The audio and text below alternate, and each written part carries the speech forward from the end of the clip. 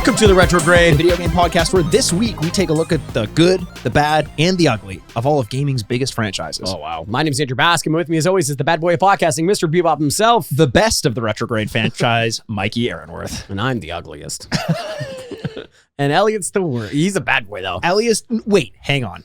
You can't say Elliot's the bad boy. Yeah. So you can't just do that casually as though you did nothing wrong. Well, Elliot and I have a handshake deal that we say you're the bad boy, but we know. No. We know. We've been lying for 500 episodes or whatever it is. That would honestly hurt to my core. Like, Yeah. I would lose sleep over something like that. Do you think you're the bad boy of podcasting?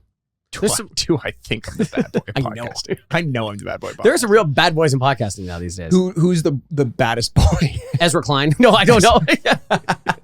Who does Fresh Air? Yeah, I was just trying to think of the gentlest person. I'm the eldest boy. Yeah, the eldest. I'm the eldest boy. I'm the eldest boy. No, I don't think I'm the bad boy. I don't think I'm actually the bad boy at podcasting. I think it's actually ironic to call me the bad boy of podcasting. I think that's where we're landing. Because I'm a good boy. Yeah. I put a little cream in my coffee, and that's about as crazy as I get. Yeah.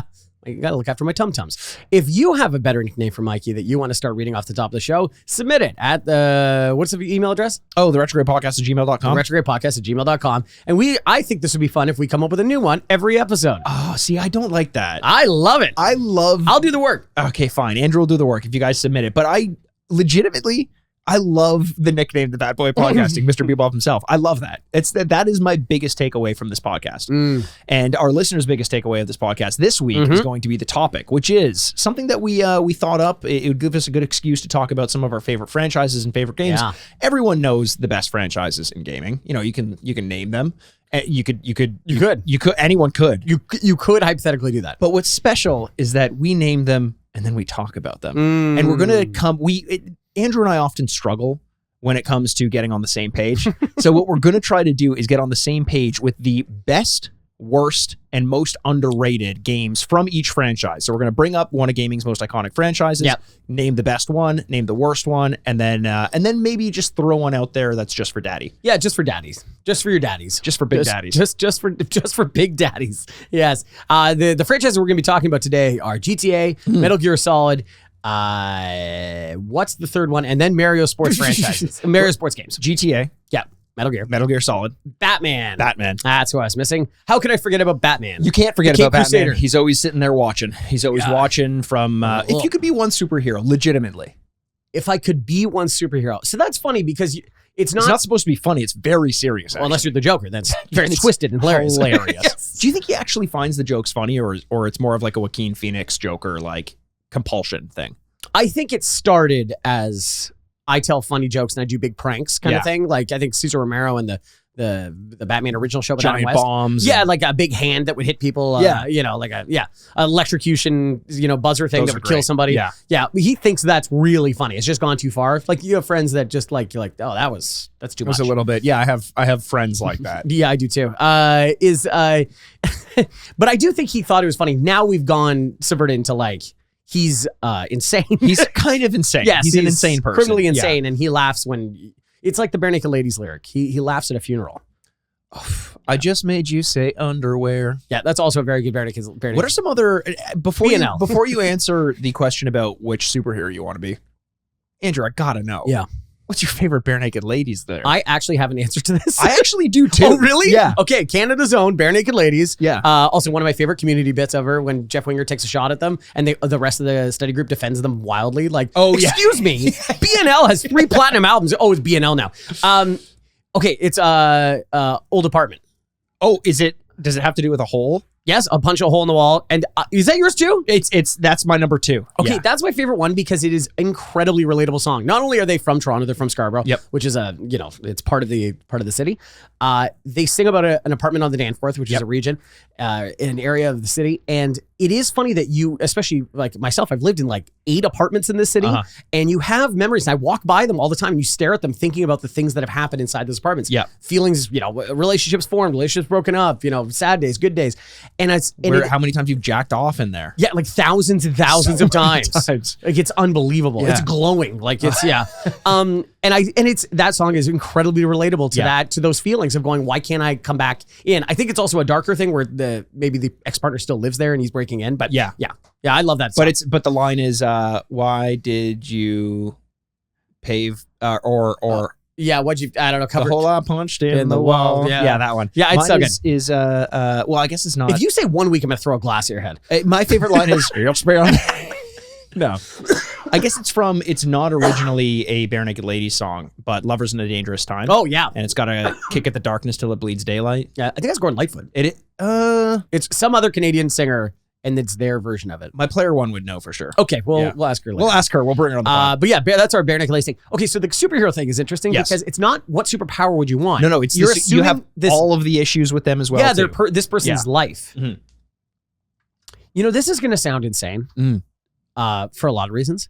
Wonder Woman is kind of low underrated here. She's a god, so like she's not going to die. That's true. And she has a practical power. I have a rope that makes people tell the truth. That's great. That is like that. You know, like you start thinking like, how much is super strength actually going to help me in a day-to-day life? I actually just might start crushing coffee makers and like things like that. This one's like, hey, Doug, I've been waiting to hear about that promotion. He's like, yeah, we'll get back to you. I'm just like, I touched the rope. And they're like, you're never getting it. I'm like, thank you very much. Here's my resignation. That's a really good one, actually. The only problem is then you only get paid 70 cents on the dollar. I know. For doing all the same shit Superman does. That's a very good point. You're wearing the same colors. Yeah. You know, I will say though, also costume-wise, it shows off my best quality, my legs. Oh, you do have nice legs. Thank you very much. I appreciate that. I feel like your legs would show off well in like Superman's tights as well. Yeah, but would you want to wear tights like? No, I'd wear nothing. Yeah, you'd wear nothing. I'd wear that. I would want to be Clayface, so I could just be nothing. That's a good point. Also, Wonder Woman gets an invisible plane. I would get run into so fast. I think, like, just by an actual like airliner. Just like, oh shit, this was my first day. Oh god, damn I got to go to the invisible plane repair store. And how do you even find that? Because the repair store itself is invisible. And he's doing that horrible like, oh yeah, this is a bad one. You're like, fuck. Ah, Jesus. God. He like shows you. He's like, see this screw? I'm like, I can't see the screw. That's the problem. Yeah, it doesn't exist. See the whole time? Oh, that's yeah.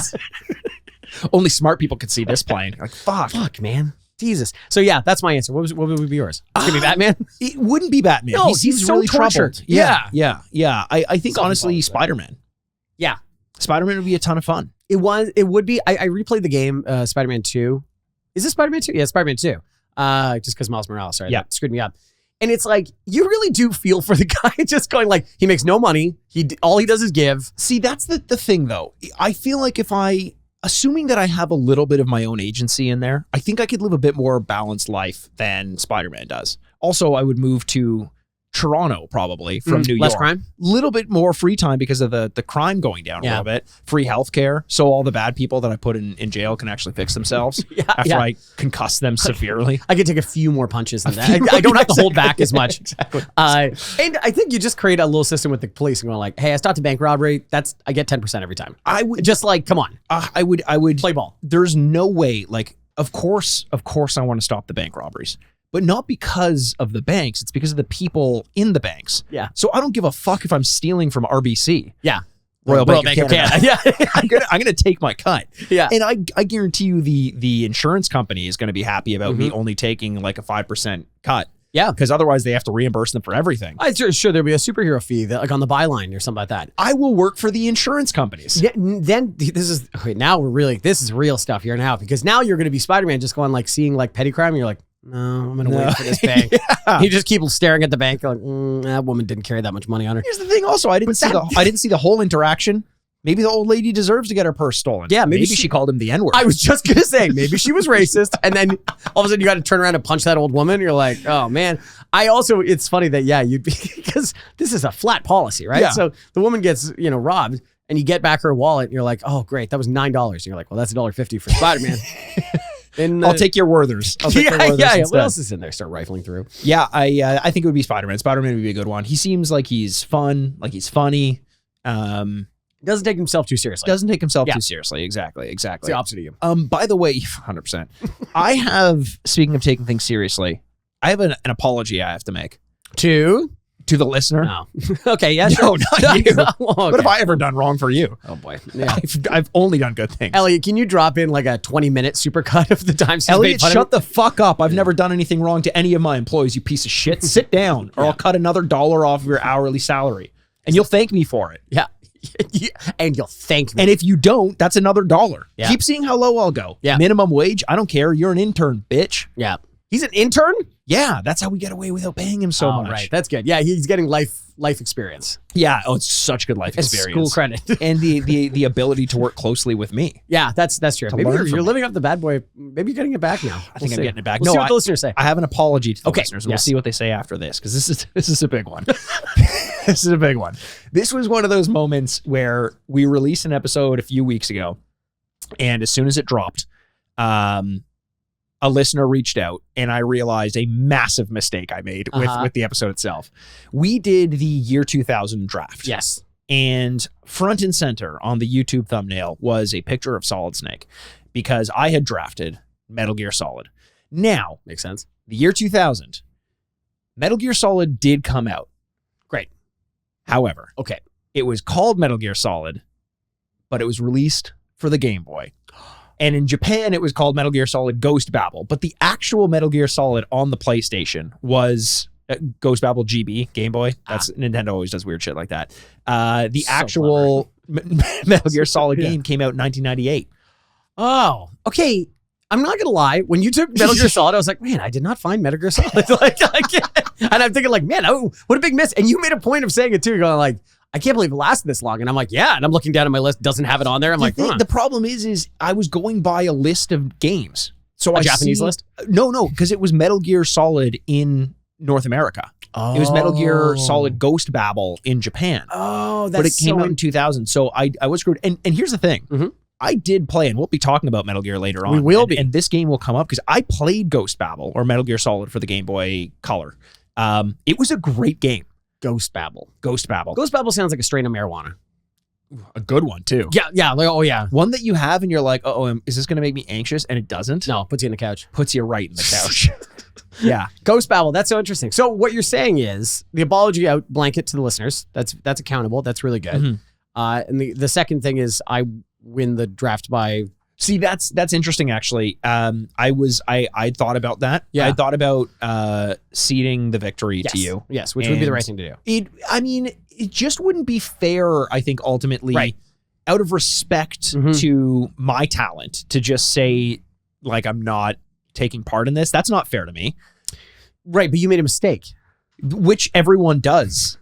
At some point. Yeah. You know? And then it's just the listener is now robbed, and you are too, of the great picks that I'm going to make, of the witticisms and intelligence that I bring to something like a draft. And all of a sudden, I'm going to rob you of the experience of going toe-to-toe with... No, we don't have to delete the episode. You're just going to default and lose. But even to call it losing is like... Because my record is pretty much perfect. Mm. In fact, I think it is perfect. No, I don't, and it wouldn't be fair to give you your first win on a technicality. I don't want to John Jones you, you know? Yeah, that's a very specific reference. Yeah. Okay, that's interesting. Well, that's going to be fun. And you're welcome. You're welcome. Yes, right. Absolutely. I should have said thank you. The next draft is going to be a lot of fun when we're like, the best sports games of the 2000s. And I'm like, Mario Kart 64. And you're like, that's just the way it is. It's a very good game. Just pick whatever game we want. It's a good game. This is how it goes. Yep. Well, that's very nice of you. I'm glad you did that. Thank you. Yes, you're welcome. But yes, we're going to be talking about franchises. Yes.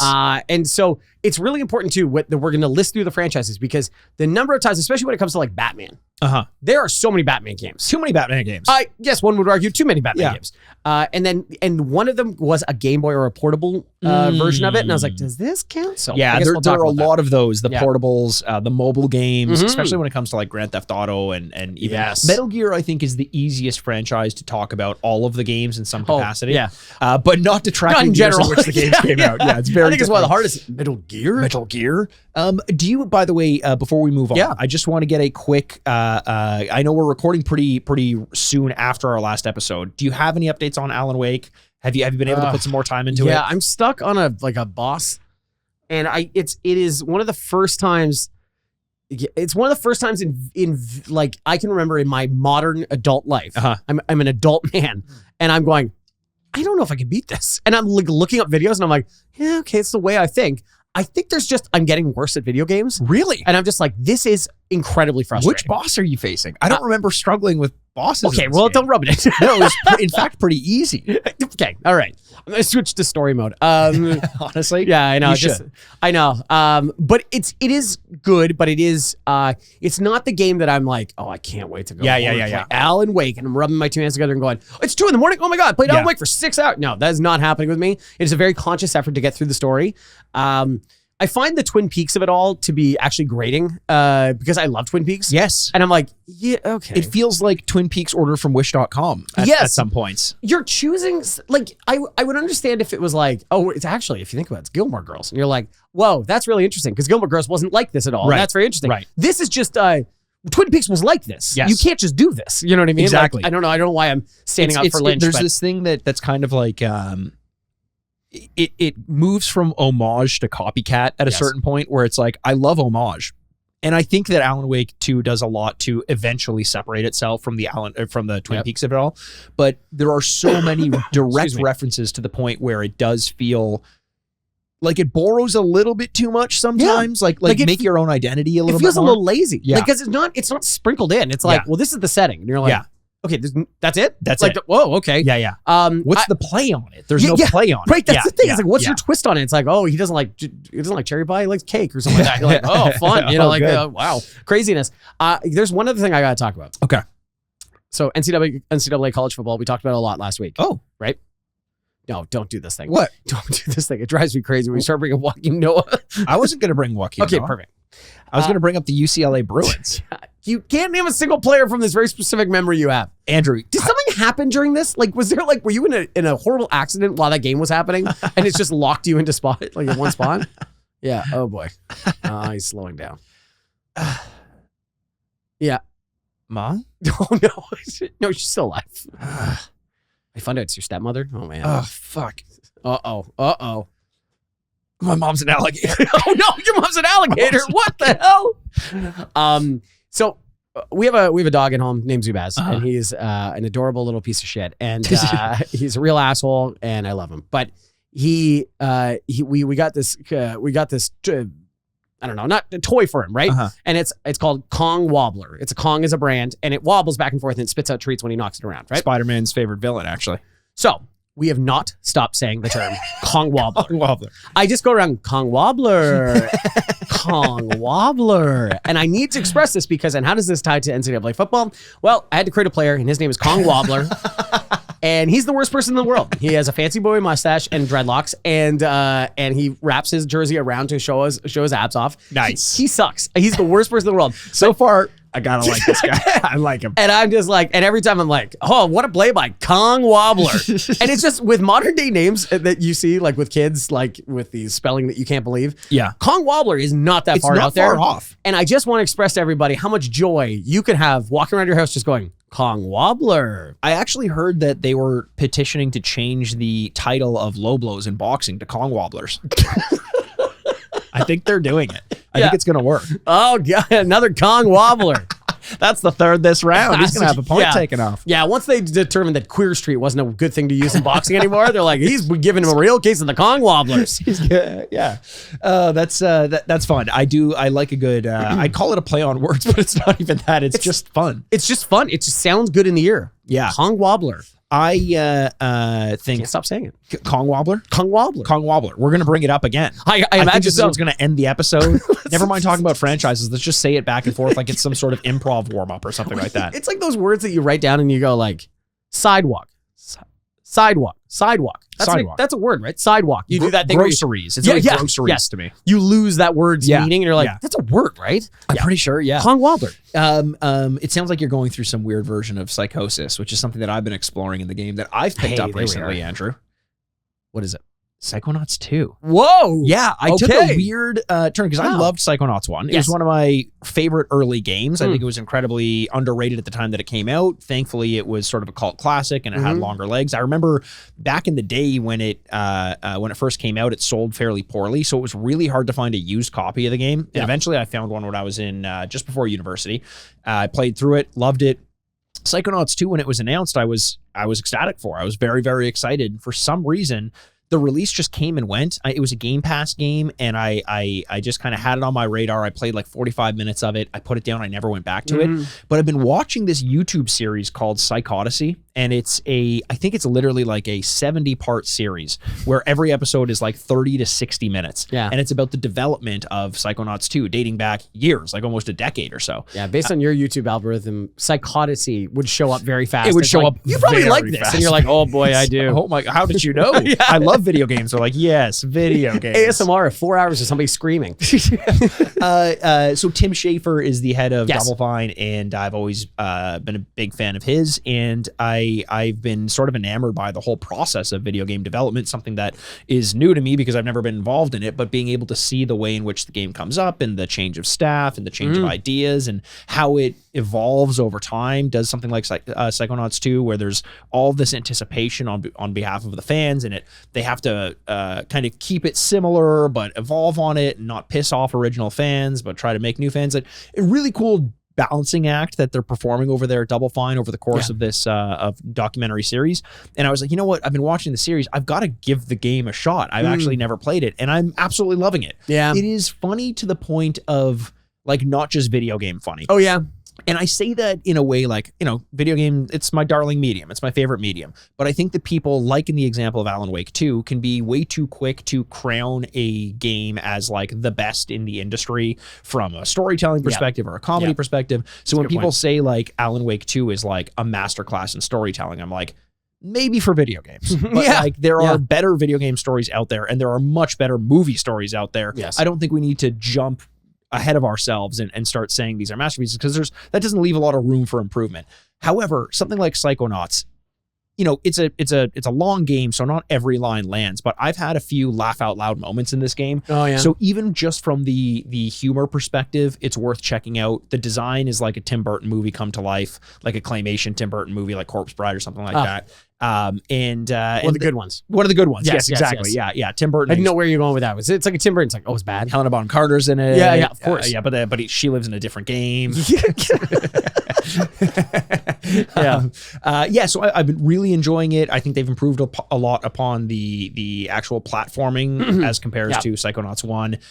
The idea of jumping inside someone's head to work out whatever mental distress they have, and the different ways in which mental struggles manifest themselves in different people's brains is always fascinating. And they handle it with a care that feels delicate, as opposed to just being like Bell Let's Talk Day, which is something that we get in Canada, where it's just like, let's celebrate mental health, and everyone just talks about themselves being sad for a long time. Like, this is like treating mental health with the weight that it deserves while also having a little bit of fun with it. I was gonna say, because that's probably a very thin line of like, we're gonna have fun and be funny, but also take this incredibly serious thing serious. Yes. And also, it's an interesting way to present mental struggles as a story or a setting. You know what I mean? That's good. We played Psychonauts 1 on the podcast. We did, yeah. And we loved it. Yeah, we did the do you remember the level that we played? Yeah, it was like a neighborhood with houses and and there was like an FBI agency that was like, it was like the conspiracy theory. That's what it milkman. was. Yes, So he was paranoid. So everyone you saw, it was like they were trying to spy on you. There were cameras everywhere. The world was flipped upside down as though it was being like and like pieced together as though it were like part of a cork board. It was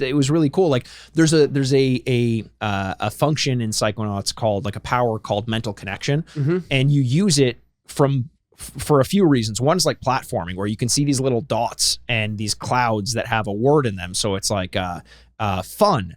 And then you see all these dots, and you can jump into the cloud that says fun to like a dot, and take it to one of a few other clouds, and it'll be like gambling or murder. And if you jump into murder from fun, then you'll hear like the person whose brain you're in being like, I should really try giving murder. It sounds like a good time. Or like gambling. It's like, oh, that might be the ultimate release of stress. So it's both a way to get from point A to point B, and also a way to restructure mental thoughts in someone's head. It's really funny. And I find myself often purposely making mistakes. Like, I know what the game wants me to do. It wants me to connect this cloud to this one, but I want to connect all the different clouds just to see the weird dialogue that's been written into the game. So hats off to Double Fine. It was a labor of love, long time in the making. A game that was very well received, but for some reason maybe looked over a little bit in terms of sales because it hit Game Pass and that. When did it come out? 2021 or something along those lines, like a while ago. Yeah. So I want to play that because I had so much fun with the first game. Yeah. That's interesting. It's almost like, we think about like Inside Out, like the movie. Yes. Inside Out 2, it's like we're trying to explain something that's very complicated, but if we put names and faces to it, you're like, maybe I could make more of a heads or tails of it. But also just a sensitive thing too in general. Like, we're gonna have a lot of fun, but like people's feelings, especially as a teenager, are complicated. They are very complicated. Yeah. I like that you brought Inside Out up because I haven't seen the second one. I haven't either. I hear it's pretty well received, but the first one I thought suffered from not walking that delicate line of treating it with care. It just felt like too much of an oversimplification. And I understand it's a kid's movie. It's not for me. But still. But Pixar does a better job of that in so many other movies. It felt like it was too ham-handed and too on the nose for what it was. Yeah. Whereas Psychonauts does, I think, what Inside Out is trying to do much better. And that's an example of looking at a video game and being like, this is a masterclass in storytelling. Yeah. The movie is actually worse. Well, that's interesting. Yeah. I know in the second movie they added anxiety, which is like a big deal because like maybe even by the time the first movie came out, anxiety wasn't something we talked about as much as we do now. And jealousy. And then the other one, which I love, is ennui. Ennui is a character, and I'm like, that is fantastic. Yeah. You're gonna have to explain to a lot of people what that is. Yeah, that's great. But also, like, didn't Big Mouth already do that? Like, I know Big Mouth borrowed from Inside Out, but all of the additional characters, I feel like Big Mouth as well struggles from that idea of like, well, we have to add to the cast of characters. Like, where do we fit in new things? Yeah. But like the Shame Demon or whatever in Shame Big Demon Mouth is great. Yeah. That's, Big Mouth is great. Okay, cool. Yeah, that sounds great. Psychonauts 2, fun game. If you guys have any thoughts on Psychonauts 2, let us know, because I think I'm going to be playing that as well. Hell yeah. Okay, let's do it, Andrew. So once again, we're going to be taking a look at some of our favorite franchises, some of the most popular franchises in gaming, and we're going to try to come to some sort of agreement on the best game of the franchise, the worst game of the franchise, and then maybe an underrated one or something that we want to highlight. Something else we want to highlight. You want to start with GTA? GTA's a banger to start with. GTA is a banger. We got a new game coming out probably in the next 10 years sometime, and everyone's really excited for that. Also, what is interesting about GTA that I think is a fun one, as we're about to list all the games in the franchise, is that they all try, and as much as they are kind of reductive, they all try and put it in a new setting and a new time that gives some level of freshness to it. So comparing them is often like a lot of fun. I totally agree. And for a game that, like, I think a lot about Grand Theft Auto as a franchise that, we complain about it a lot, where GTA 5 came out and they kind of just like stalled for over 10 years. Over 10 years now, yeah. And they didn't really release anything new. But when GTA 3 became big, they could have done what every other game does and released a new one every year because, there was a market for it. But they really held back in a way that I respect for a gaming company. They released them successively, I think, from GTA 3 to San Andreas, like pretty quickly, relatively quickly, and then kind of dialed it back a bit and left us waiting and made sure that the product that they gave us was warranted, that there was a need for it as opposed to just a want for it, knowing that that's a good way of putting it.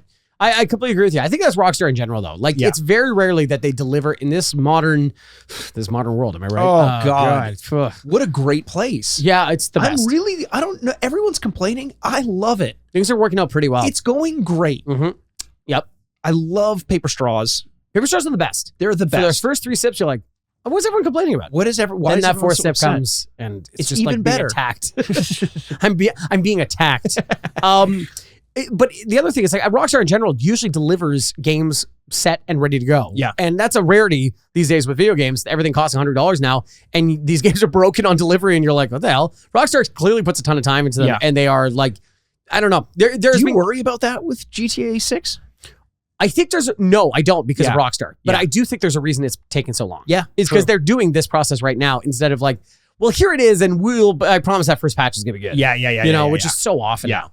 I think that's probably what they're doing right now. And also the size of their games is so big that it takes probably developers and testers so long to get to every corner and try and break the game. But they're also notoriously kind of the biggest of like when a new game comes out, they set the new standard. Yeah. They did it with Red Dead. They did it with San Andreas in particular when it came out, GTA 4 as well. So you would imagine that in a GTA 5 Red Dead world, Cyberpunk and all these big, massive, sprawling games, I would imagine that they're really going to try to quadruple the size of GTA 5. Like, who the fuck knows? They say they're doing like the state of Florida, pretty much. And like some of Louisiana. It's too big. I agree with you. It depends on what they do, because if they're doing GTA 5 and it's character swapping, it's like that makes it a little bit easier because you can fly around the map a little bit. But I don't know. Needless to say, very excited. Very excited. Yeah. Let me go through a little bit of trivia for GTA Let's before do we it. get into the games, just to lay a little bit of background. Here's some trivia, Andrew. Voice actors. Tell me if you knew that all of these people were featured in one of the GTA games. Ray Liotta. Yeah. That was Tommy easy because he was talking. No. Oh, yes, he wasn't Michael. Sorry, in GTA 5, that is clearly Ray Liotta. Yes, that was the next one on my list. Or sorry, Ray Liotta. Wait.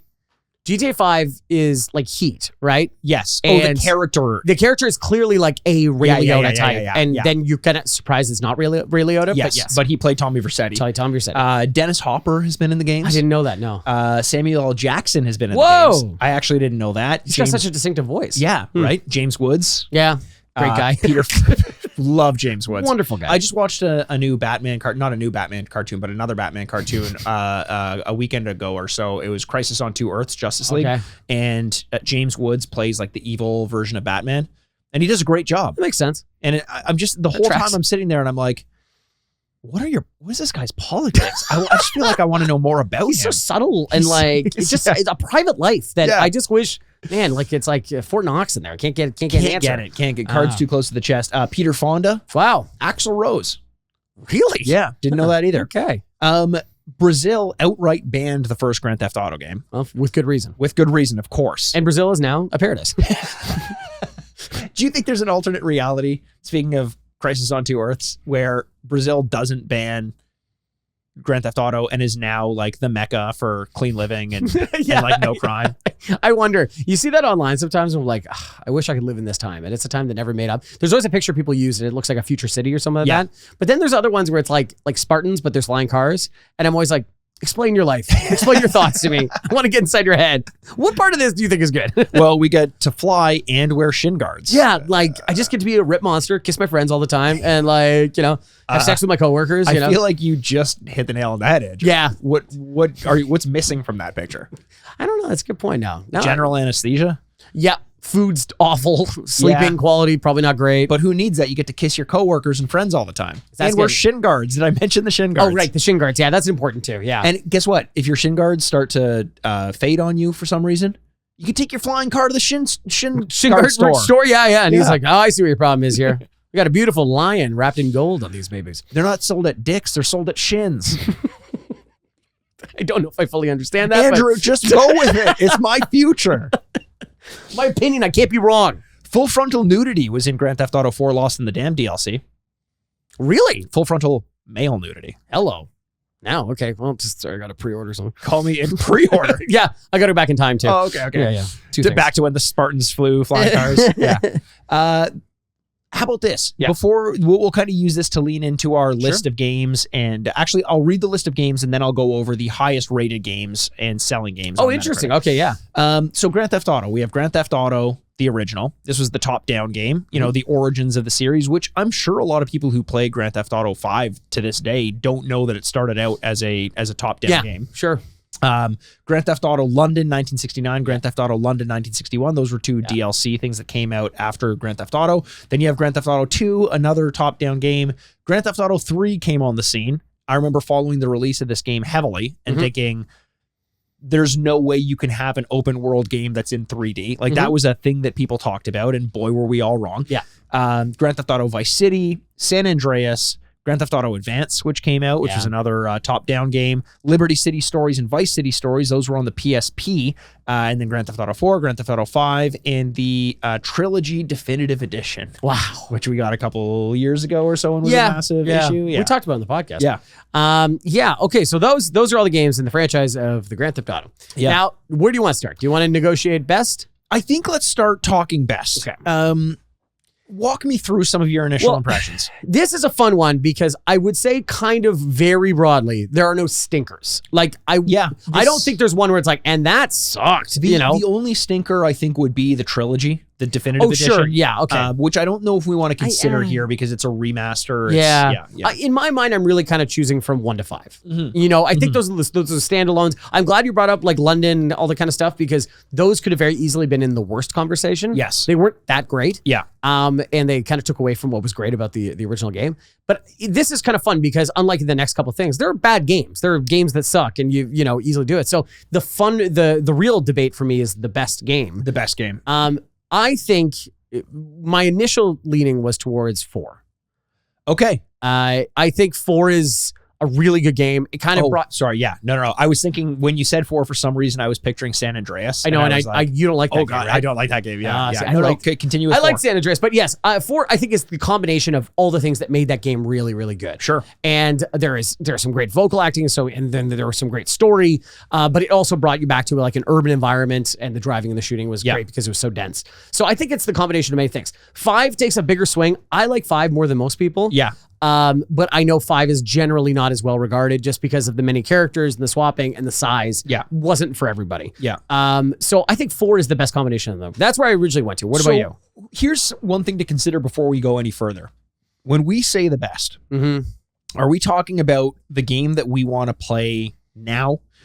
Are we talking about the game that was best when it came out, or some sort of balance of the two of those things? I think you're just saying of all these games, what was the highest overall quality? Okay. And I think even looking back now, I can kind of acknowledge, even though it wasn't the newest. Yeah. I think 4 probably advanced on the other ones well, and is still, I think, was the best. My gut wants to go with Vice City just because that was the one that spoke to me the most. I loved the 80s aesthetic. To this day, I love 80s things because of Vice City. The story was incredible. The voice acting was amazing. It was a big deal that a movie star was voicing a character in a video game. But I think you made a good argument in terms of like what the game did when it came out. Like Vice City was still very much Grand Theft Auto 3. The difference was like, now you can have a motorcycle and a boat. And it's like that doesn't feel like enough of an expansion to warrant the jump that weren't giving it the nod over a game like GTA 4, which was such a massive jump in quality over San Andreas. Yeah.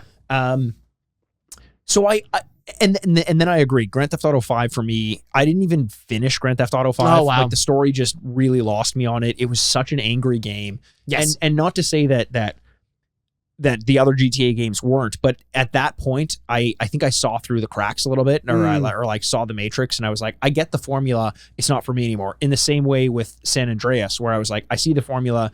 This isn't working for me as well as it used to. But Grand Theft Auto 4 was the peak. I fucking loved that game. I thought the story was incredible. I thought playing as Nico, who's not a felon like most of the other characters, but was just kind of a guy trying to make it in New York. It's like a Made in America type story. Yeah. I think that's a pretty solid choice, and it's tough to argue against it. Yeah, it had, you know, the introduction of like cell phone technology and stuff like that, and Cousin, let's go bowling, and you know, all that kind of stuff. But the driving, I think, is the most diverse that they've had on there too. I think it, you know, shooting and driving are Rockstar games. They're shooting and driving in Rockstar games. They're unique to its own property. I don't even think there's a value in bringing, and I would say in a bad way. Well, I was gonna say I don't enjoy them. I was gonna say I don't even know if there's a point of bringing it up because it's just so like. It's like saying like the UI on an Apple phone. It's like, well, guess what? It's not going anywhere. Yeah, so like you better get used to it. Sorry, I should say the driving I actually do like. The shooting I don't like. I like the driving so much that Cyberpunk, the hardest thing getting through it is the driving. And I'm like, oh God, I think I've just been like red pilled by like, you know, Rockstar games. Where's the horse? You know what I mean? Give me a horse. Give me a horse in the next GTA. Yeah. Oh my God, that'd be amazing. So we don't have to agree on this. We can submit different ones, but I think I think we have to negotiate the best. Oh, really? I think we do. I think we have to come to an agreement. Okay. And part of this negotiation is going to be if I feel very strongly about the worst and you feel very strongly about the best, I might give you the best in order for me to get the worst. So there's going to be a bit of an ongoing negotiation here. And to be completely honest, based on what you said, I think GTA 4 is kind of it. Okay. And I remember when the trailers were coming out, this was the first time I remember a trailer for a video game coming out and the news publications breaking it down frame by frame and being like, did you notice that the driver in the back like adjusted his rear view mirror? Like what? Yeah. It was kind of the first time that they really tried to make an open world feel lived in as opposed to big or free for the player character. It was like, this is going to happen whether you're here or not. Yes, yeah. It's an actual living world. Yes, and GTA 4 felt like that to me, and I really like that about it. I completely agree with you. I'm always amazed the little things that you can catch if you just sit on the sidewalk for a second. Yes. You're like, Jesus Christ. Like, it hurts my head thinking about it. I've always talked about that. I think one of the hardest jobs or one of the worst jobs I'd be bad at is architect. Oh, because it hurts my head thinking about like, okay, so if we make this 40 feet, but then we need to put wiring, and then the tunnel for the elevator needs to go in. And I'm like, oh God. I'm so happy someone knows how to do that. Yeah, like, fucking, it's not me.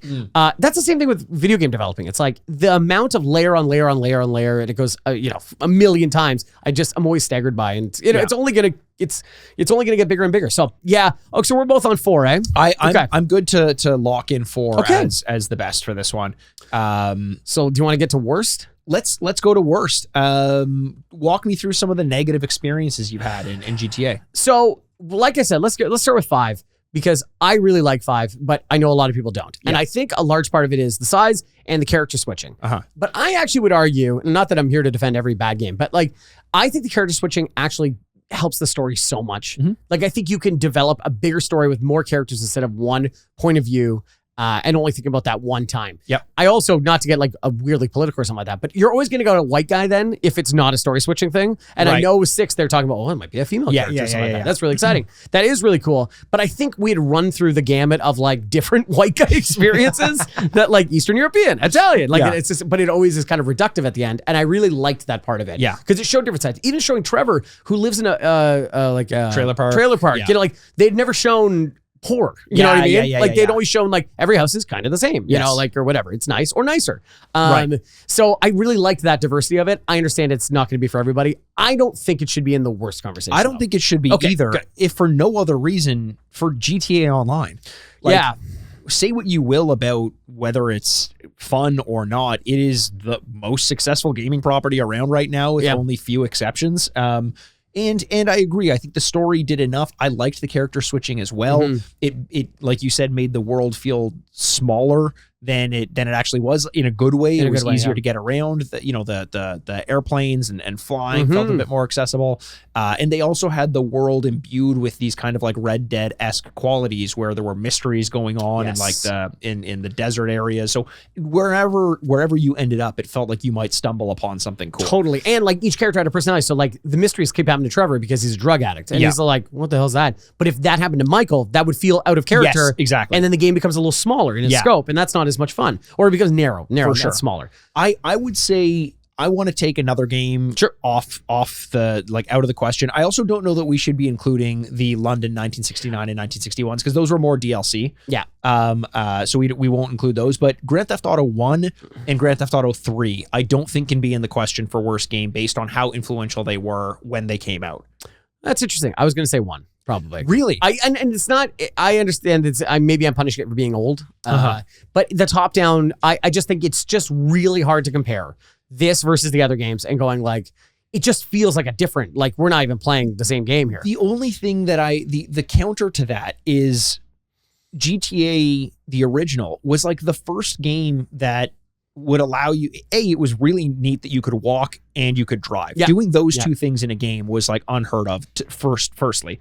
Secondly, stealing cars and committing crimes as the game, that was new. So it was very different than GTA as we know it, but it was influential and groundbreaking when it happened.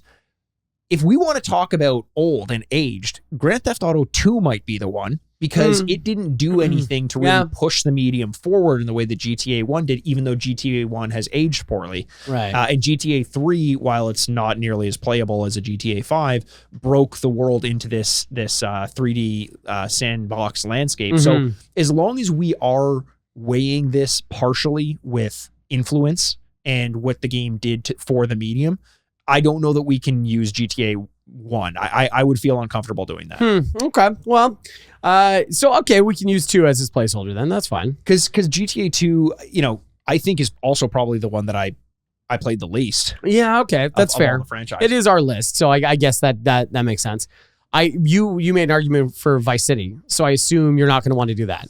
I wouldn't want to say it's worst. No, because I think a lot of people love Vice City. Yeah. I think it's one of the more, it's not quite a main line because it's not a 3 or a 4, but it was, it did enough in terms of tone and glitz and glamour and really kind of rounded off the edges, the hard edges from a GTA 3. It became a much more playable game. You and I did Vice City on the podcast and forgot how empty the world actually felt going back and playing it, but it didn't at the time. But now we've seen other games, it's like, they've really, it feels like 100 times more people are on the streets, more cars and stuff. I agree with you. Also, the aesthetic is really cool. Yeah. And they did a lot for that music and style and everything like that. So are we just railroading ourselves into San Andreas here, or what are we doing? Well,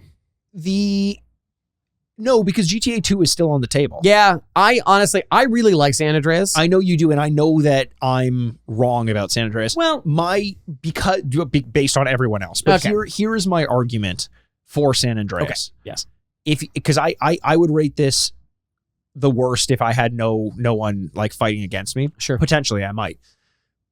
So much of what that game does, thinking that it was going to become a staple of the franchise, like the RPG elements, the changing your character by eating to you had to eat, you had to work out, you had the gang warfare stuff. Like a King of the Hill style. Yeah. Those things are not in the franchise anymore. Immediately dropped it. And I think that for a game that really based itself off of those mechanics, where else in Grand Theft Auto do you have mechanics that have just been dropped and forgotten completely? Iterated upon, sure, but left in the dust? Seldom. Yeah. Yes, seldom. I would agree with you that it feels like an outlier in a lot of ways, but in probably for that reason and more, that's probably why people like it as well. It's like, well, it feels different. You know, I really like the main character, and CJ's great. CJ's great, and the music is killer. It's early 90s LA. It's the hip hop and stuff is so good. And so the car customization also, which really helped move that along. That was a big part of it as well. The only thing I'd say is the gang style fights are really fun because it's a multiple person thing, which I think 5 does really well, again, because you're doing robberies and there's many people and stuff like that. So, but I do agree with you that there are just huge areas of this game that are important to the actual game that I think that's Rockstar even admitting, going okay, maybe we don't do this again. Yeah. I get what you're saying. But you make a good point. It's almost tough to throw out this one as the worst because of how many people like it, simply because of those outliers. Right. For the same reason a lot of people like Fallout New Vegas more than a lot of the other Fallout games, because it does things differently. Yeah. So does that leave GTA 2?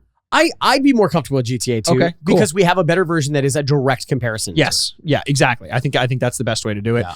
And then do we want to bring out the most underrated? Most underrated.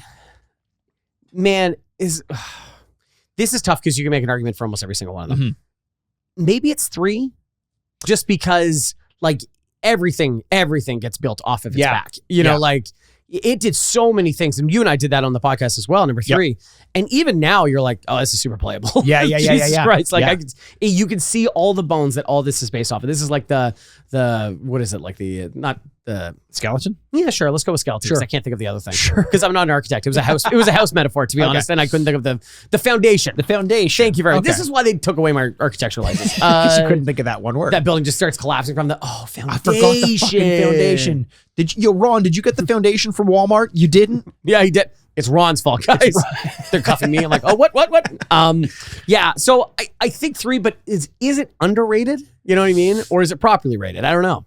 No, I kind of like that because we talked about every game in depth more than GTA 3. That's true. And I think that is really overlooking what GTA 3 brought to the industry when it came on. And I kind of think that as the underrated one, I think it would either be between 3 or the original Grand Theft Auto, because no one even knows, or fewer people even know that it was ever top down. But I'm good with 3. Okay. All right. Yeah. Hey, wow. We came to a nice consensus on these ones. A nice little consensus. It's harder on this one than other ones because, like we were saying, they're all pretty good. Yes. What are you gonna do? But I think I feel very comfortable with our answers here. I do too. Let's go over quickly the highest rated and highest selling.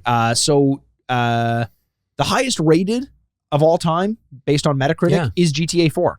98%. Holy shit. 5 had a 97%. San Andreas had a 95%. Vice City had a 95%. 3 also had a 97%. So it goes 4, 5, 3. San Andreas, Vice City. Wow. GTA 4 sold 25 million. San Andreas sold 27.5.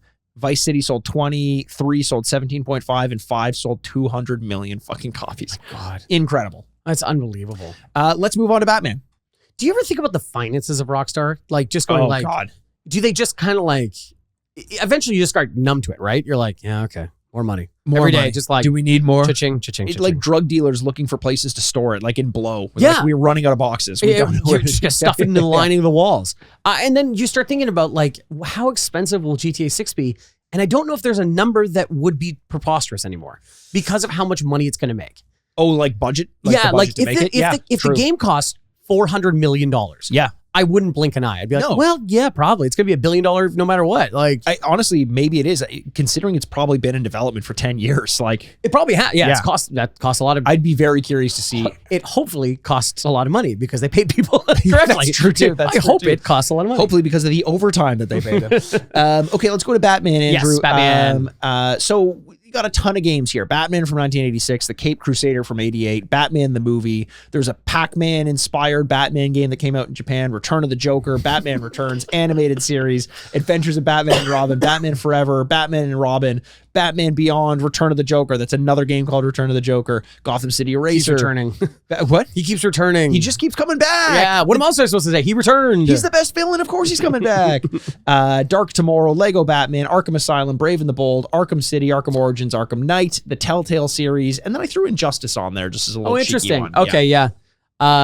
Yeah, the Brave and the Bold is a very interesting game. It's not good, but sorry. It's interesting that the Brave and the Bold came out after Arkham Asylum. So we've already been like, oh, this is the way to do Batman games. And then it's the opposite. It's the opposite though. The color schemes Yes. and stuff like that, the animation style is like the opposite. Yes. Yeah.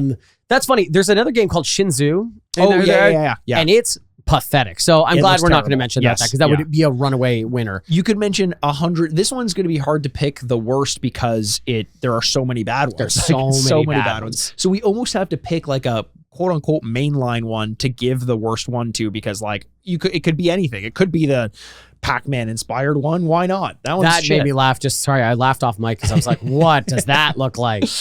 I'm Batman. I'm hungry. You basically like walk around top down collecting things before you move on to the next. Like it's pretty brutal. Yeah. You know what? Okay, that's less fun because I thought if it's Pac-Man, he could go no. Oh my god, pretty good, that's right? Really, instead of waka waka. Yeah, that's no. That's so good. Batman. Let's talk me through, Andrew. Just kind of spitball with me a little bit. The best Batman games of all time. First of all, are you thinking Arkham series? I think so. Yeah. There are. It's not to say that there weren't good games before the Arkham series came out, but I think the Arkham series really put their stamp on what Batman should feel like in a video game. Yes. You know what I mean? What it's like to control Batman. It's kind of like what we were talking about, I think, a couple weeks ago with Spider-Man in the Spider-Man games, and then they come out in the Avengers, and you're like, that's not the way Spider-Man's supposed to be. Exactly. I saw him on this one. And I think that's very similar, that when we leave the Arkham series, which I think we are kind of now, and they make another Batman game, which they inevitably will, and probably the Joker will return. Oh, I hope so. Yeah. Oh, fingers crossed. Yeah. Number 3, the Return Joker, is that there will be a feeling of like, this is not right. No. Like, it feels uncomfortable, like wearing somebody else's clothes. So I think it's going to be inside the Arkham series. Yep. And then if we are talking about the Arkham series, I have a very clear answer of what I think is the best one. Okay. I think we're going to disagree. Okay. I'm very curious. Yeah. By the way, if they do make a third Return of the Joker, 3 Turn of the Joker. 3 turn? Yeah. That's what they call it? I think. No, Joker, the E in Joker is a 3. Oh, how about both, Andrew? Yeah. How about both? You got a Joker hat on a Joker hat. That was one of those ones where I'm like, I thought about it. 9 times out of 10, I'm going to interrupt you to say it. Yeah. I'm like, this one's not quite. Like, even me, I know, but whatever. 3-peat? Joker 3-peat? I don't know. Yeah. 3 turn, Andrew. We're there. We got it. Yeah. I guess sorry. It's so good. It's 3 turn of 3 joke 3ers. You get 3 3s in there. It's great. There's a slot machine. Yeah. 3 3s. Ding, ding, ding. It's not 777. Fuck. Right, but it's 3 Joker heads maybe. There you go. Yeah. That's a good one. Thanks. We should make this game. Yeah, we should make this game. And okay, that let's could start. be the new worst one. And then we start a computer like, so how do you make a video game? ChatGPT. Video game. Make Joker a 3 turn. Okay, so I'll take the baton then and talk about obviously the Arkham. I've always loved Batman, but playing Arkham Asylum really like put my love of Batman in the kiln. and hardened it. Yeah. It was like, I'm going to have this forever now. Yes. It was incredible. Yeah. I think maybe the best overall Batman game is Arkham City, but my favorite is Arkham Asylum. That's exactly where I thought we were going to land. Okay. I know you love Arkham Asylum. I was going to say Arkham City. Yeah. And this is tough. I think I like, tell me if I'm wrong, I think I like open world games more than you. And so I naturally went to this because this being the third one, I think perfected a lot of the issues that the second one had. And there was, wait, no, Arkham City was the second one. Oh, Arkham City is the second one. Sorry. The third one created issues that Arkham City did not have. That Arkham Knight then, yeah. I loved Arkham City. I thought it's really good, and it's the only experience we've ever had to live in Gotham that feels like Gotham. The Gotham that we've seen portrayed by the wonderful Tim Burton, who's never done anything wrong. And you wanted to live in this weird Art Deco world that has been built on by so many visionaries that has kind of turned into this conglomerate of ideas. Yeah. And all of a sudden you get to be Batman and patrol the streets. Yeah. Isn't that what we've always kind of wanted to do? 100%. And I just thought it's a nearly flawless game. Like it really is. It is one of my favorite games of all time. So too is a good way to start a sentence. So too is Arkham Asylum. However, I am so aware of all of the issues that it has.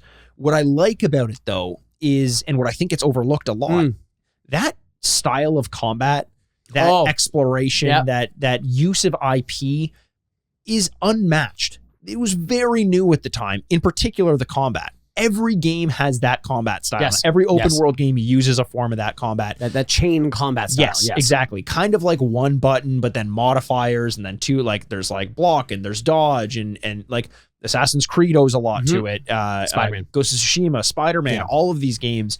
And that all originated in Arkham Asylum.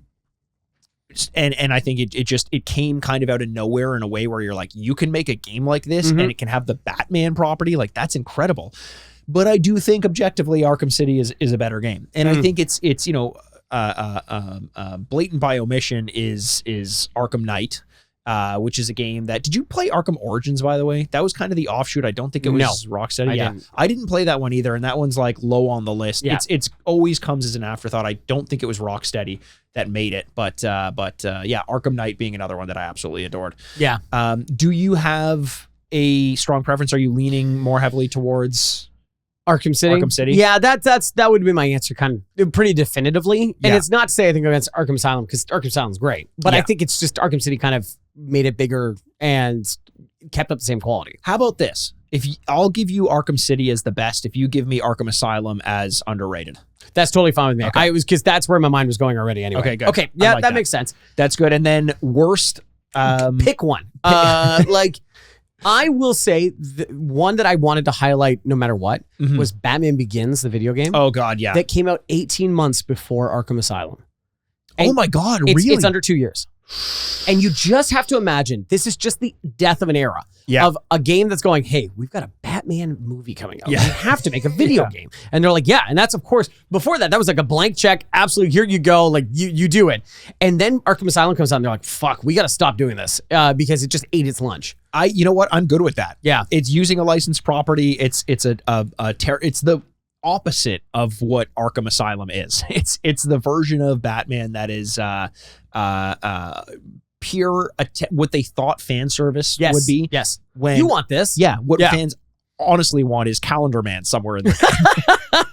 So let's go with that. Batman Begins. I love it. Okay, that was great. That's the worst. Let's move on now. Oh, actually, I've got some notes on that. Batman. Oh, yeah. So in terms of sales, the largest selling game is Arkham City with 12.5 million. That also has a 96% on Metacritic. Arkham Asylum sold 9.5 million and got a 92%. Arkham Knight sold 7 million. With an 87%. And then Origins, 7 million copies sold. Still nothing to sniff at, but a 76% on Metacritic. So they were starting to feel a little bit tight there. You want to move to Metal Gear? Yeah, absolutely. Let's move to Metal Gear. Sorry, you just brought it up, but I made a note about, because we didn't talk about Gotham Knights. Arkham Knights. Gotham Knights was the newest one that came out. Yeah. And it's not really a Batman game because I'm not sure Batman's not in it. Yeah. It's after Batman's death. Yes. And it's you're all the other characters of Batman, which was not very well received. You go to Bloodhaven and other that's names. what people want. Yeah, Bloodhaven. They don't like Gotham anymore. They've had enough of it. Really should have punch that name up. Bloodhaven. Yeah, let's go to Metal Gear. Let's go to Metal Gear. So Metal we've got Metal Gear, the original, came out in 1987. Metal Gear 2 Solid Snake came out in 1990. Metal Gear Solid came out in 1998. That's the PlayStation one that I meant to pick and draft. You have Sons of Liberty, Snake Eater, Portable Ops, which is on the PSP, Guns of the Patriot, Peace Walker, Rising Revengeance, Metal Gear Rising Revengeance, and The Phantom Pain. A pretty good listing of games. Some outliers that were kind of weird. Like I know Metal Gear Revengeance is one that splits people. That's the one with Raiden where it's kind of like the beat 'em up. Walk me through some of your experiences with Metal Gear. Where's your mind going? Metal Gear, especially Metal Gear comes, with the introduction of the PlayStation game.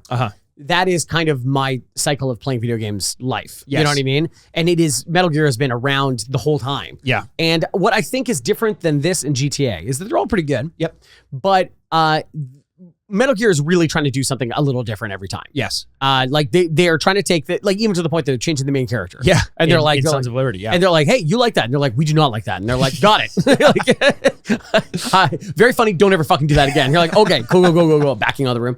And they try and do stuff, even with Phantom Pain, which is, I'm sure we'll talk about in a bit, making it more open world or base building, things like that, with success or not. We'll see if it comes back. And the other thing that we should talk about is Kojima. Okay. Is just, I think it's inescapable to not, he's no longer working on these projects for future games, and we will see what that means, probably negatively. If they even release a new one, they have no plans at it. They've got the Snake Eater re-release, and I think the trilogy re-release. Yeah, but apart from that, like they not even re-release, like a remake of Snake Eater. So Kojima's name's been taken off of it. I'm kind of out of protest, definitely not going to buy that game because Kojima is Metal Gear to me, and I think that's a little bit upsetting that he got so unceremoniously stripped of his I would agree with you, but it's not like that guy's hurting or anything like that. I think this is actually like one of the better things that's happened to the guy, because he's we wouldn't have Death Stranding if it weren't for this. Which,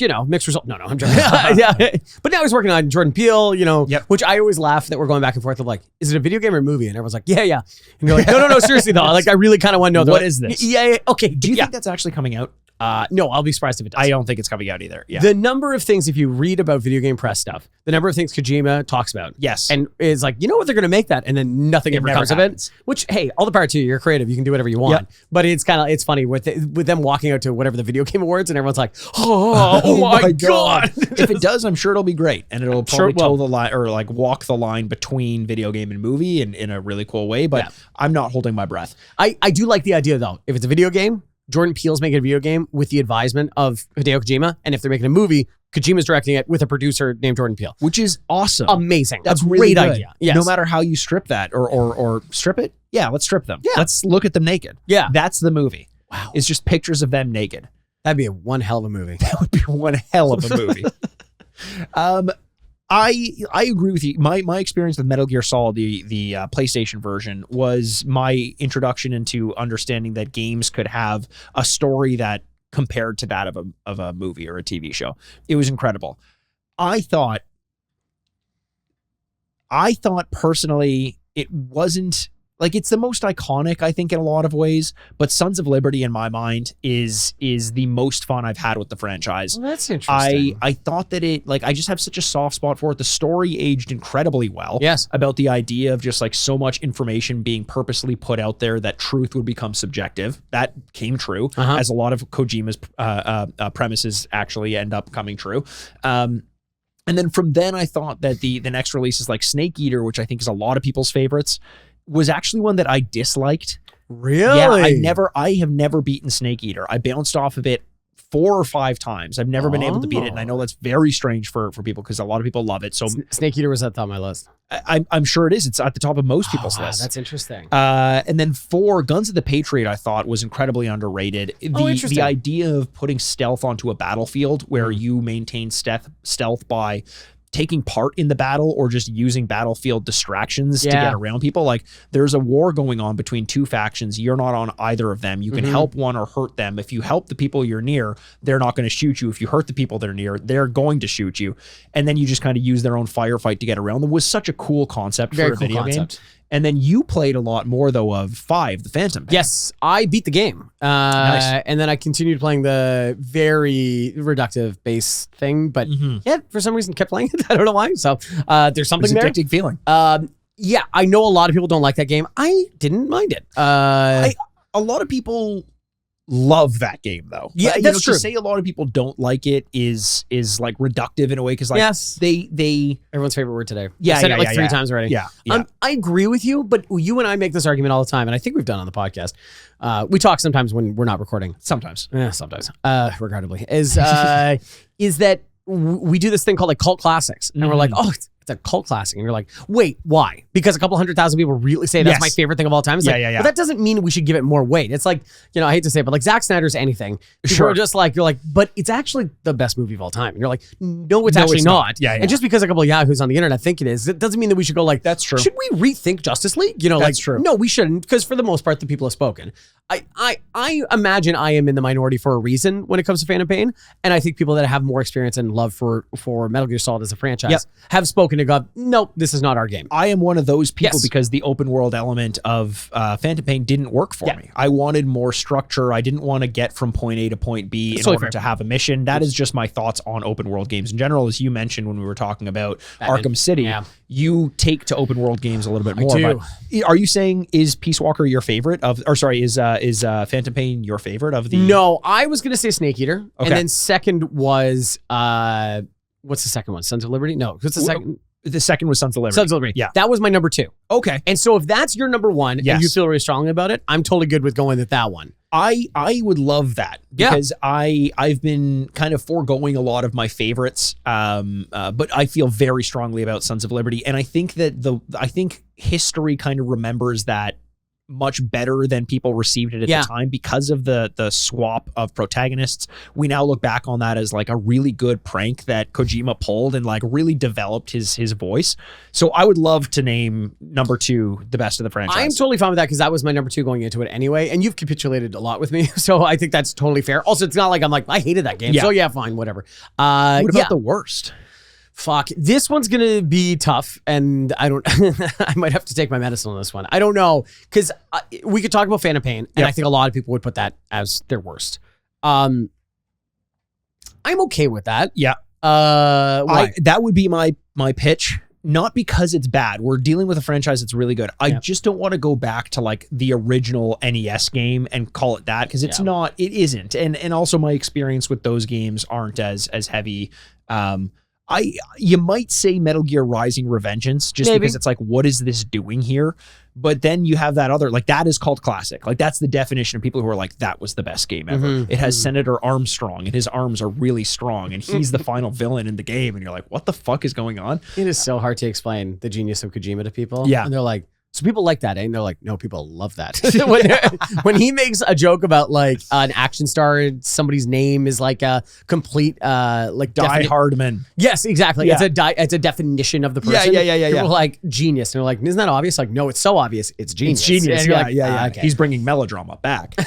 So between Phantom Pain and Revengeance, because that's kind of where I'm going for the worst. You could totally go with Phantom Pain. That is not going to upset me. You can enjoy bad things, you know? People listen to this podcast. People love this podcast. It's genius. It's so on the nose that it's genius. It's like awful to the point of fantastic. Yeah. We know what we're doing. Yeah. So let's call it Phantom Pain. Let's take a hard one there, because I think the easy choice would be Revengeance, but that's not a mainline one. I think the closer we can get to disaster by calling Phantom Pain the best. In terms of underrated, I'm going to throw out Peace Walker. Okay. On the PSP. Yeah. This was an incredible game, and it started that base building thing that was eventually used in Phantom Pain, where you're not like in taking part in the battle, but you're like capturing people and then sending them off on missions that would kind of like bring you resources back. And that idea was used in Peace Walker before it was used in Phantom Pain. So it's kind of like you're getting something out of it. You know, that mechanic that you really liked is there in Peace Walker. Yeah. I completely agree with you. Actually, it's funny. I was just thinking about this. Former guest, Jeremy Walmsley, I ran into him yesterday, and he was wearing a Metal Gear Solid shirt. And we had a 10-minute conversation about Metal Gear and then many ways that we talk about it on this podcast. And also buy his album, or stream his album. I'd buy his album. What the fuck is that anymore? But stream his album. He goes by the name Galen on Spotify. Gaeln. YN, I think. I don't think so. Is it Ian? I think so. It's no GAELN. He's my best friend. No, I'm just not getting it right. You want to know a story? What did you do? I knew that he wore a Metal Gear shirt yesterday because I saw it in his Instagram story. Oh yeah. So I went to comment, "Hey dude, love the shirt," and I couldn't send him a message, and I realized he doesn't follow you. He doesn't follow me back. He was on your podcast. He was on my goddamn podcast. Oh my God. I'm putting Jeremy on blast. I'm kidding. He's such a wonderfully emotional guy, that will break his heart. He'll be like, "Oh no." Okay. It's okay. I'm not offended. So can we call it Peace Walker then? The most underrated game in the Metal Gear franchise? I think that's like a good kind of off the beaten path pick for that one. I love it. Yeah, that sounds good. So the next one we're going to be talking Mario sport games, and we'll move through this one a little bit quicker, I think, because there's less structure to the idea of it. But there are a ton though. Here are a ton, and you name one for me if I missed one. Okay. You let me know. Yes. This may also be the hardest for us to come to an agreement on for any of these because it's so subjective. They're so different. So Mario sports games, Mario Superstar Baseball, Mario Super Sluggers, Mario's Tennis, that was on the Virtual Boy, Mario Tennis, Mario Power Tennis, that was the GameCube, Mario Tennis Ultra Smash on the Wii U. By the way, crazy there was no Mario Tennis game on the Wii. That's insane. That is insane. Yeah. Mario Tennis Aces, that was the Switch game, Mario Golf Toadstool Tour, Mario Golf Super Rush, Mario Golf Strikers, which was the soccer game on the GameCube. Strikers Charged was on the Wii. Strikers Battle League was on the Switch. And then you got the Mario and Sonic at the Olympic Games, Mario Sonic at London, Mario Sonic at Rio, Mario Sonic at Tokyo, Mario Sonic at the Winter Games, and Mario and Sonic at Sochi. Now, I say all these as just a big look at all these games. Yeah. I think what we're trying to do is find the best of the best in terms of the sports. So not Strikers versus Strikers Switch. Charged, yeah. We're looking at like what is the best of the best representation of sports in this one and the worst. Well, that's interesting because they are an arcade. They're not simulation. They're very much over the top, like the NFL Blitz or, whatever it is. And the other one is, how much do you love the actual sport that they're playing? True. It's kind of unavoidable. And even doing my research of like looking at people's lists online, the number of them that would be like, Mario Golf's the best. And then the next list is Mario Golf is at the bottom. And you're yeah. Okay. If you don't like golf games, you're not going to like that. Exactly. But what I do like about the Mario sports games is they do kind of make the most accessible version of that sport. I agree. Yeah. They simplify it, but in the typical Nintendo way, it's like easy to learn, hard to master. Totally. You're going to have to help me with the names here too, because they're just all so like just word soup. Yeah. But like, because I remember Strikers being very good. Yes. But then Strikers like Recharged or whatever the hell that one is being awful. The Charged for the Super Mario Strikers on the GameCube, Charged on the Wii, I think incorporated too many of the Wiimote things. Yeah, and it was bad. Yeah. And so it's like, and that's tough because then we're gonna have to talk about the Strikers and stuff like that. Can I make a little switch though? Sure. Can we go with worst? You want to start with worst? Yeah. Okay, let's do it. I'm very curious to see where you go with this. It's Mario and Sonic at the Winter Games. I think that's where you have to do it. It's bad. It's bad. It's bad. We've done this on the podcast. Yeah. It's not fun. It's just, and that's the thing. We're talking about a Mario game that's not fun. Yeah. Well, okay, someone fucked up. Someone fucked up. Yeah. And it also makes it easier because we don't have to do the subjective thing of being like, the baseball game's the worst. And people are like, I like baseball games and that game's very fun. So it is a... I like the Winter Olympics. That game...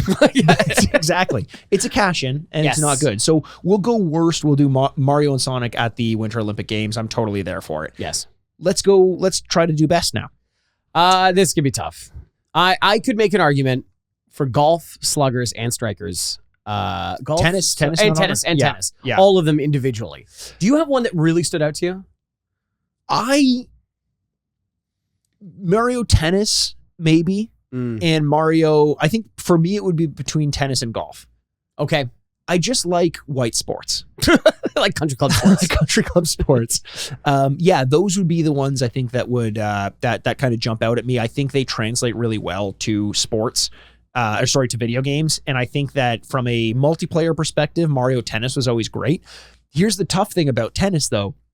I think the best tennis Mario game is Mario Tennis on the N64. Yeah. I don't love the Switch version because it adds these superpowers and that's what it ends up becoming. Yeah, I completely agree. And similar to Mario Golf, I thought the Mario Golf on the Switch was bad. Yeah. I thought the N64 version was incredible. Yeah, remember we did that on the podcast. We did the original one. Yes. With conjunction of the other one coming out. Yeah. And we're like, ugh. Yeah. Okay, yikes. What about you? I would agree with you. I also really like sluggers, but I also like baseball. So Yeah. it's kind of tough. It's like a tough. Sluggers is a bit of a blind spot for me. I'm not Yeah. gonna lie. Yeah. Yeah, I liked it as a kid a lot. But I'm totally okay with tennis or golf because they're also. I don't know. You're gonna tell me in a second probably, but like I feel like they were two of the more popular games. Tennis more so than golf, I think. Okay. I think, but I don't. It's tough because at that point in time it was like pre-internet, so I don't know whatever. Like my group of friends were playing Mario Tennis. Yeah, that was like a big. It was almost in rotation with like Smash Bros and Mario Kart was like Mario Tennis. That was the next thing that came out. Yeah. So I have a lot of really fond memories. I also like the simplicity of that game.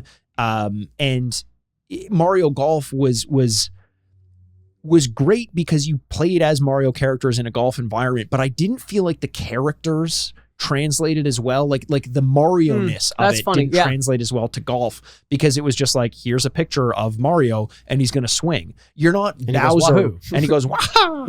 You're not Bowser like running to get a smash. Yes. And that felt more like a Mario character playing a sport. That's a really good way of putting it. Yeah. And also we can't omit the idea that tennis introduced the best Mario character. Waluigi. Waluigi, of course. Wow. They just basically made him because they're like, Wario needs a doubles partner. That's so sad. He's just sitting there alone. They're like, oh, you got to create a character. They invented someone for him. Like last picked Wario, like, it must not be me. Yeah. Like, oh, fucking hell. I showered this morning. I got in a weird almost argument with my family and Player One a couple weeks ago. We were playing, how in the world does this tie to this conversation? We were playing Mario Party and Waluigi came on. Yes. And I think it was my Player One. She was like, why does he have an upside down L on his hat? And I was like, well, he's just Waluigi. He's evil Luigi. And then and she's like, but it should be a W. And I was like, no. The W on Wario is because it's an upside down M. And she's like, yeah, but an upside down M is a W. Yes. And I'm like, that's coincidence. Yeah. I think. Because Luigi's L is upside down. That's Waluigi. Because he wears an L on his hat. Yeah, it's about the evil version. And no one in my family agreed with me on this. And I was like, I don't make the rules. Why would he wear the exact same hat in a different color than the other guy? That doesn't make any sense. Yeah, exactly. Okay, well, I got to go You're back on there. my I side got to of fight this your family. Okay, good, yeah. Good. Okay, well, whatever. I don't know why that made me so obsessed so fast. Yeah. Wow, I'm really pissed. So Andrew puts on a hat. It's my Player One's name, but the letter is letters flipped upside down, which would be very funny actually. If you think about it. So we're kind of circling tennis here. I think a little bit. I think so. Yeah, I think that's fine. I think I'm that's good fine. with that. So Mario Tennis as the best. And I think I'm going to throw it out there, just as the sport more than the particular game, because I'm sure some people like some over the other, but we'll go with tennis. Yeah. The sport. The underrated is funny because you can pick a lot of them. I think sluggers because the game didn't continue, like the series didn't continue. I'm totally cool going sluggers on that because it is the least talked about, but when it's talked about, people love it. And it's also, it's funny. It's a Japanese game for Americans for the most part. And the two countries that love baseball the most are Japan and America. Yeah, so like, I think it's pretty awesome that this game would be good. I would also say Strikers because Strikers was really good and they kind of fucked it up. So yeah. I honestly am totally cool with Sluggers though. Yeah. I think Strikers got, it like you said, it came back. It's on the Switch. People are still playing it. It was a free-to-play game, so they kind of made some experiments with the way in which you play it. But I would go Sluggers. I'm totally cool with that. Yeah, I think that's awesome. Yeah, okay, cool. Wow, we did this very civilly. I'm still going to beat the shit out of you with baseball bat after. Let's go through it. So Grand Theft Auto, the best being Grand Theft Auto 4, the worst being Grand Theft Auto 2, and the most underrated being Grand Theft Auto 3. We've got Batman, the best being Arkham City, the worst being Batman Begins, and the most underrated being Arkham Asylum. The Metal Gear franchise, the best being Sons of Liberty, the worst being Phantom Pain, and the most underrated being Peace Walker. Mario sports games, the best being Mario Tennis, the worst being Mario and Sonic the Olympics, and the most underrated being Sluggers. Winter Olympics. Sorry, it's important we say that. By the way, I didn't do this for Metal Gear. But the highest selling is Metal Gear Solid 2. And the highest rated is Metal Gear Solid 2. Wow. It feels like it was looked down upon for some reason for so long, but it was the highest rated and the highest selling. Wow, that's amazing. Yeah. Okay, well, there we go. That's our franchise draft. We're going to get to more franchises in the future. I'm sure this is a concept that we will do again. But let us know where we fucked up, because I'm sure we did. And what are the franchises you'd like to see in the future? Because we can definitely do this again sometime. Hell yeah. Mikey, thank you very much. You're welcome. You can go now. I'm going to get the other guest in. Okay, bye.